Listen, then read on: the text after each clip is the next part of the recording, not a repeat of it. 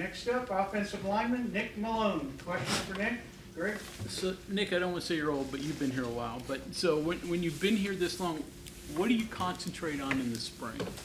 I think it's, especially in the spring, I think it's more the little things. Like you said, I've been here like a good bit, so learning from people. I think starting with Colton McKivitz, watching him from a young age, definitely in the developmental squad, definitely helped me. And then as I've gone through Zach, Doug, Yates, Quay, and Wyatt, I think it's more the little things in spring that can help.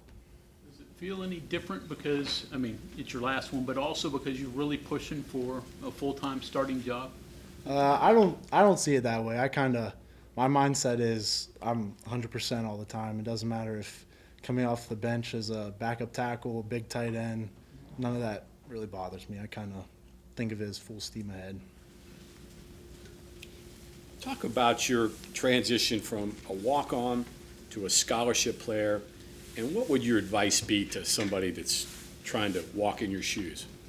I think one of the best advice is getting as many reps as possible because I didn't start playing at offensive line that much. It started at special teams. It went from tight end on field goal to shield on punt to backup tight end to backup tackle, and then now in the role of actually playing. And I think it's consistency is kind of the big word to use. Just keep going. Sounds like you tried to find a role. I got to find a role on this team and figure out, and then once you get your foot in, build from there. Was that kind of your approach? Yeah, kind of like that. Especially being able to play offensive line example is playing every position. Kind of if they need somebody to go in, you were right there, ready to step in. There was no split second thinking of who they need. Like I kind of just took that role and kind of put myself Kind in. of create value for yourself, right? Exactly, value anywhere I could be.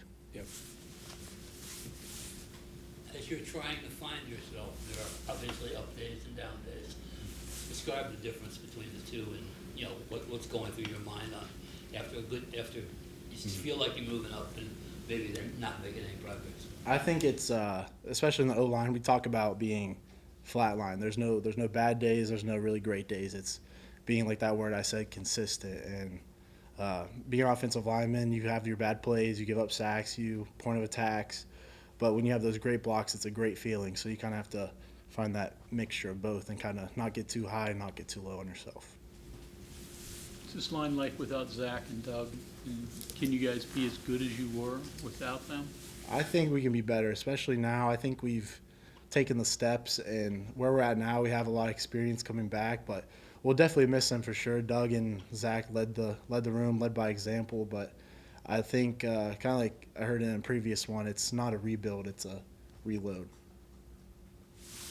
You guys have seemed to have taken that to heart a little bit. Mm-hmm. I've heard multiple guys repeat that phrase. Mm-hmm. Yeah. What's it like blocking for Garrett Green? How does that make you better blocking for a quarterback that can maybe get out of trouble a little easier than others? It's pretty cool. He can always fix our mistakes and we can fix his, and him being able to move kind of helps our situation, especially when we have to sell run. They think he's going to run it, and it makes our lives a lot easier when he can be more mobile. Nick, you mentioned the spring is an important time for the little things. On an individual basis, what are some of those little things that you've kind of emphasized these last few weeks? I think of mine, especially running off the ball. That was kind of one of the things I lacked in last year, is kind of at the point of attack, not running off the ball. And I think especially now we're running the ball pretty heavy, and I think, like I said, the little things I was able to build upon that and do a little better, especially now in the spring, and it'll show in the fall. And you mentioned that shield on the punt team, right? Mm-hmm. You've been doing that for quite some time, right? Yeah. Why? That doesn't seem fun at all, right? Yeah, it's not a pretty position, but like I said at the beginning, it's where my role. I wanted to play. It didn't matter if it was an offensive line, field goal. It didn't really matter to me. I just being on the field as much as possible and doing what I can do to help was kind of my big thing.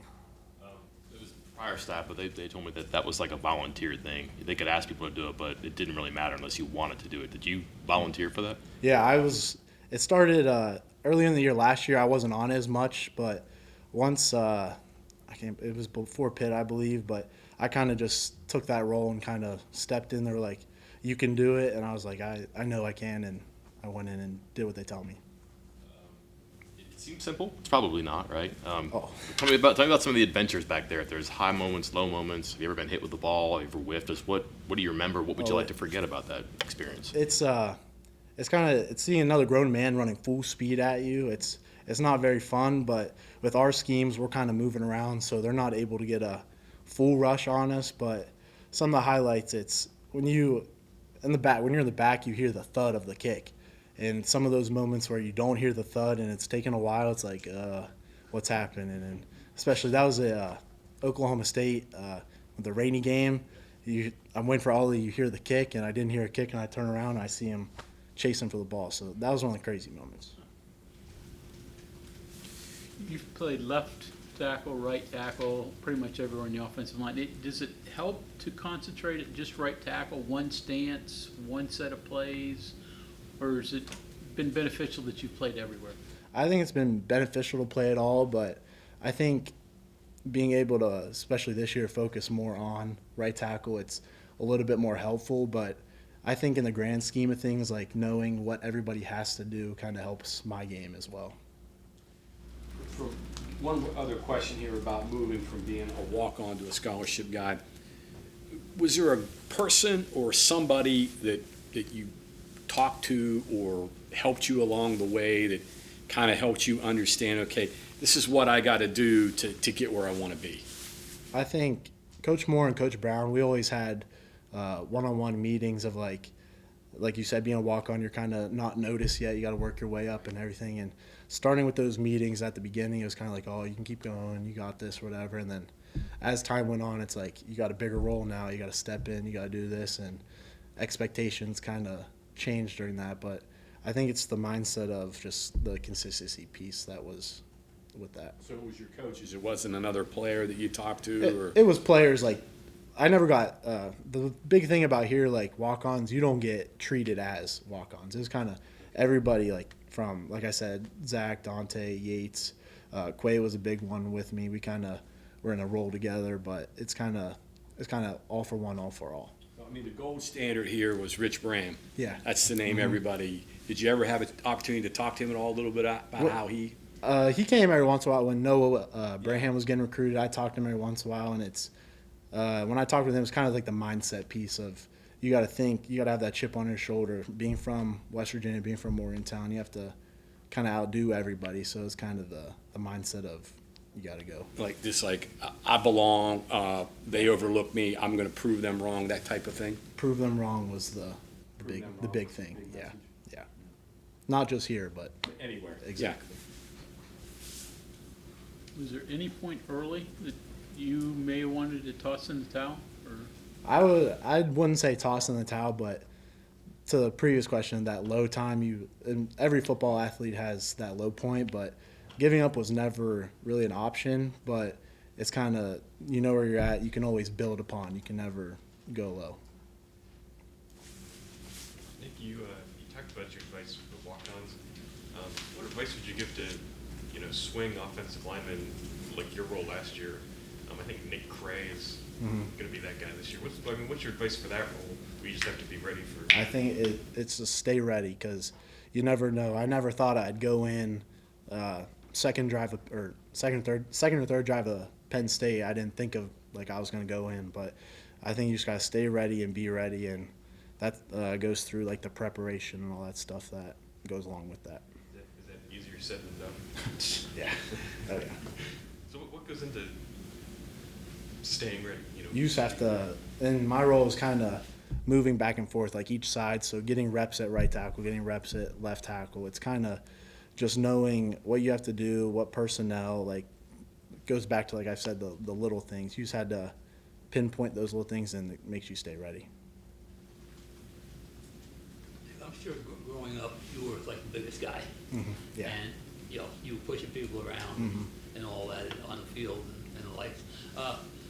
All of a sudden you come here and everybody's your size. I mean, what was that like? What kind of awakening was that?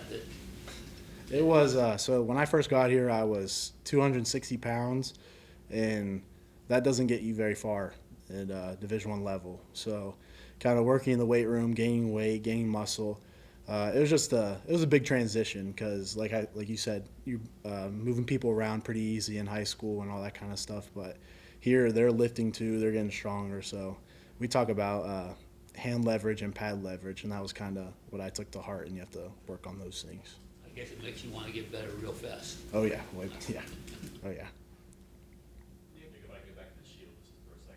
There's different guys in there, offensive linemen, bandits, defensive linemen, linebackers.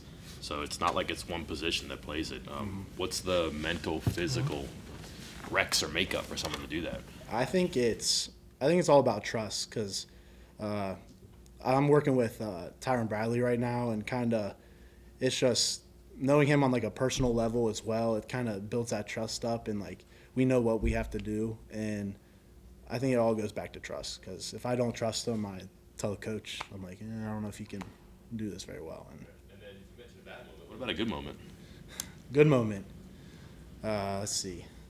It's always those one plays where the gunners bully the guy into the returner and we get the ball back. Those are always the highlights. How are you similar or different to Doug Nestor? More similar, different style playing tackle?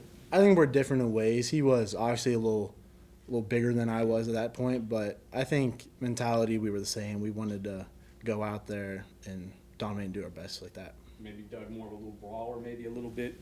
Yeah, I think brawler type. I think it's I could run a little better because I was a little more athletic in that kind of space and all that kind of things. But I think we're different in ways. Yeah, But obviously, you can play the position different ways and still be effective, right? exactly. Yeah.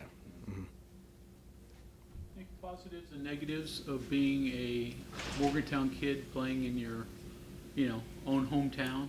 Oh, yeah. So, well, I mean, I'm sure there are positives, but negatives too, that you don't get to go away. You're just wherever you always have been. Yeah. So I'll start with negatives. It was I feel like there was always a lot of pressure per se, kind of coming out of Morgantown and coming straight here. I felt like there was always a lot of pressure on me trying to perform well and everything, but I always look at it as the positives though, that I'm able to play in front of my family, in front of my friends, in front of my city where I'm from, and kind of put on for them and show them that I could do it.